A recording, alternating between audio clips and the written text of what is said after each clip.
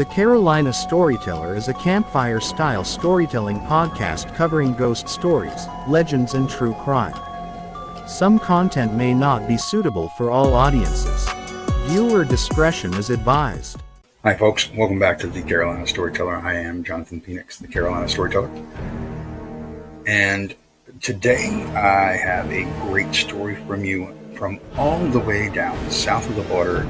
I don't mean south of the border in South Carolina where Pedro has set up the little town that is there to take all of tourists' monies as they're traveling down the I-95.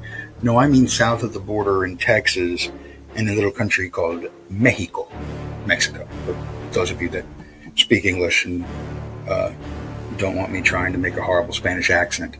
Yes, that's right. I'm taking the story all the way to Mexico. But before that, we're doing the announcements.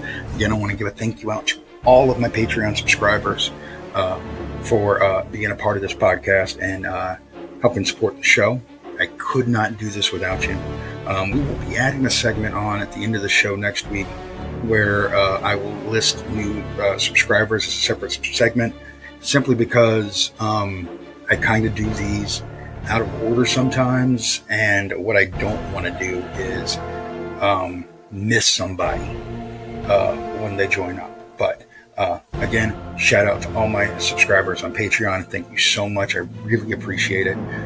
You have no clue how much it helps me knowing that you're there supporting me. It really does kind of put an extra pep in my step.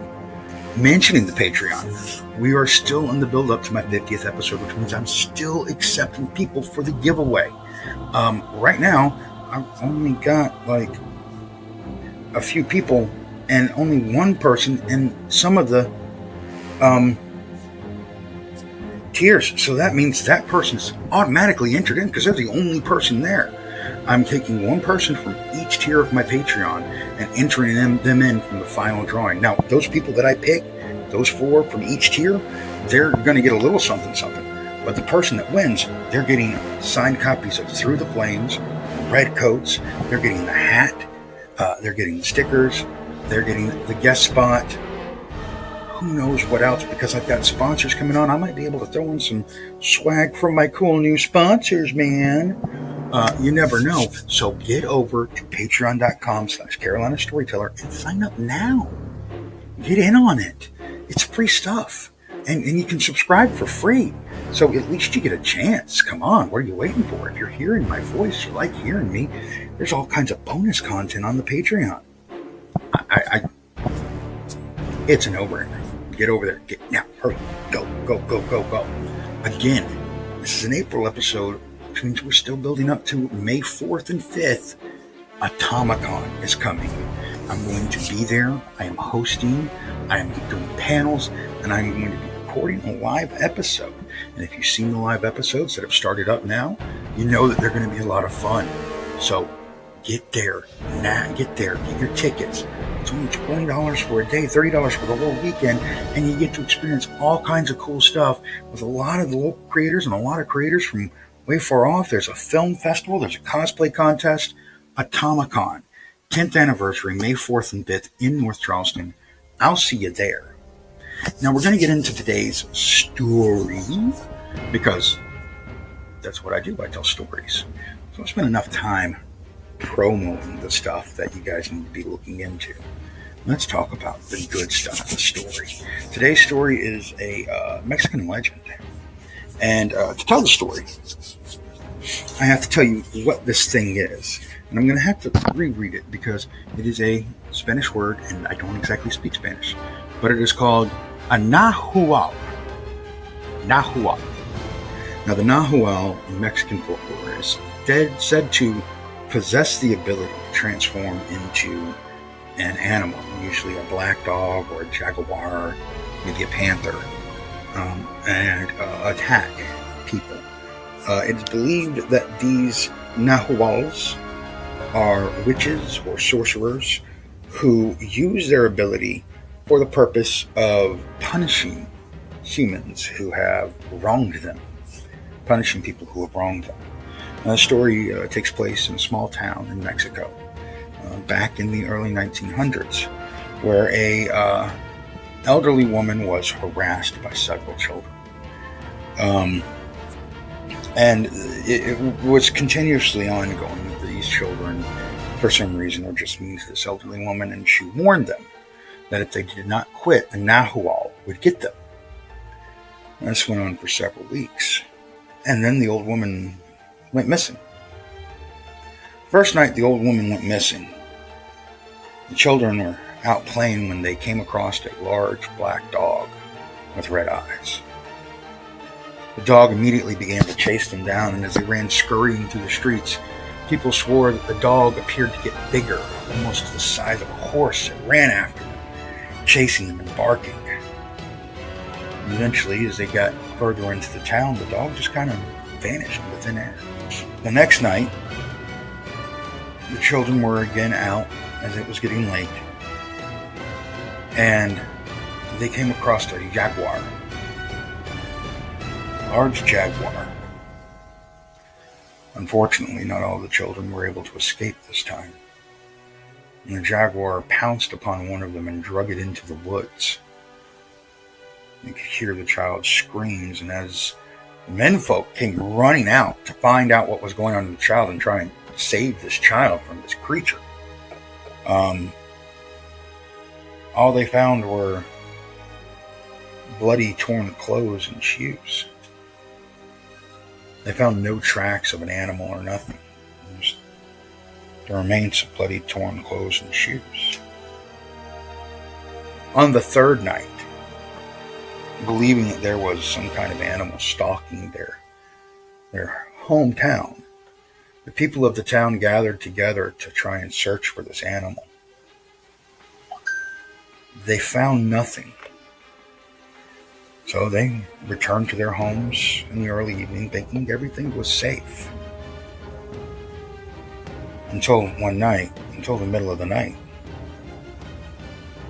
a mother woke to a scream from her child's room and the shattering of glass.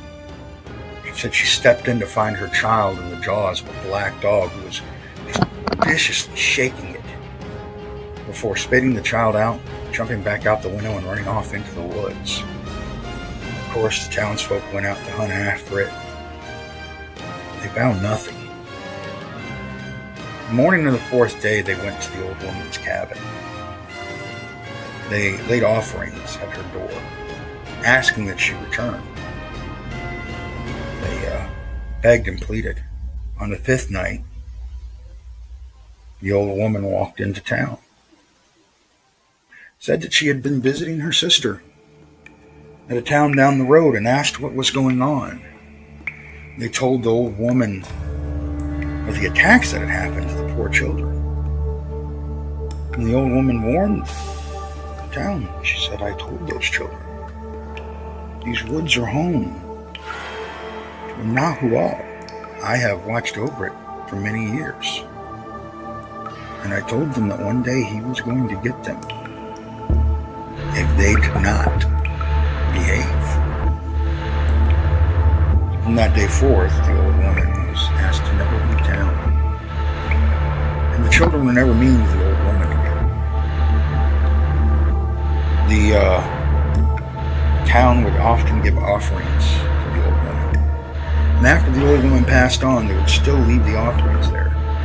And occasionally at night, if you walked past that house, would see a large black dog sitting on the porch, watching, not moving, just watching. And whenever trouble came to the town, it was said that trouble didn't last long. Drunks reported being attacked by jaguars in the woods. Men who beat their wives reported having black dogs viciously attack them, going so far as to cripple them. They walked the streets. If there was much crime, it was solved pretty quickly. If the criminal was attacked by somebody else. Now, this is not the only town supposedly has the Nahual. These creatures are supposedly throughout Mexico, believed to be terrifying when they're seen. But I do have a friend that lives down in Mexico right now with her husband. And she has said that she has been out at night and felt something when she got there. And while I don't know what it is that she came into, the story of the Nahual is one that could possibly be an explanation. Perhaps these creatures are still roaming the streets, and perhaps not all of them have good intentions. Remember, these are witches and sorcerers who prey upon the living, prey upon people. So perhaps not all of them are necessarily kind-hearted. So if you're ever down in Mexico, remember, be careful when you go out at night. Not because cartels, because of all of the things that everybody else tells you to be careful about. Be careful in Mexico, because it has a vast history and restless spirits. They still walk the streets. And should you be out looking for trouble, it could be you who comes across a Nahual.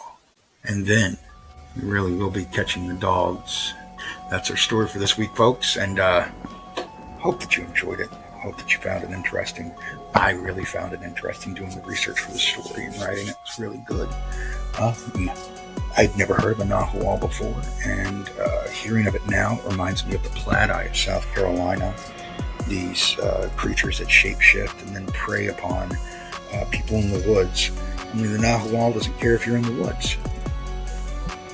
And these are the things like the Jersey Devil and the Mothman, other cryptids that we'll get into. And the Nahual isn't a cryptid, it's a ghost, spirit, a warlock. That's right up my alley. So now that we've done the story, again, I just want to reiterate, you can go to www.carolinastoryteller.com to find out about all the stories, get your hands on the merch, find out about my occasional guests, all of the stuff that's going on. And you can go to patreon.com/Carolina Story to get exclusive content, get entered into my giveaways, be part of the live episodes that are happening, and even be entered in for a chance to be right here on the show with me and tell me your story. That's this week's story. Don't have much else for you today. So stay spooky, my friends. See you next time.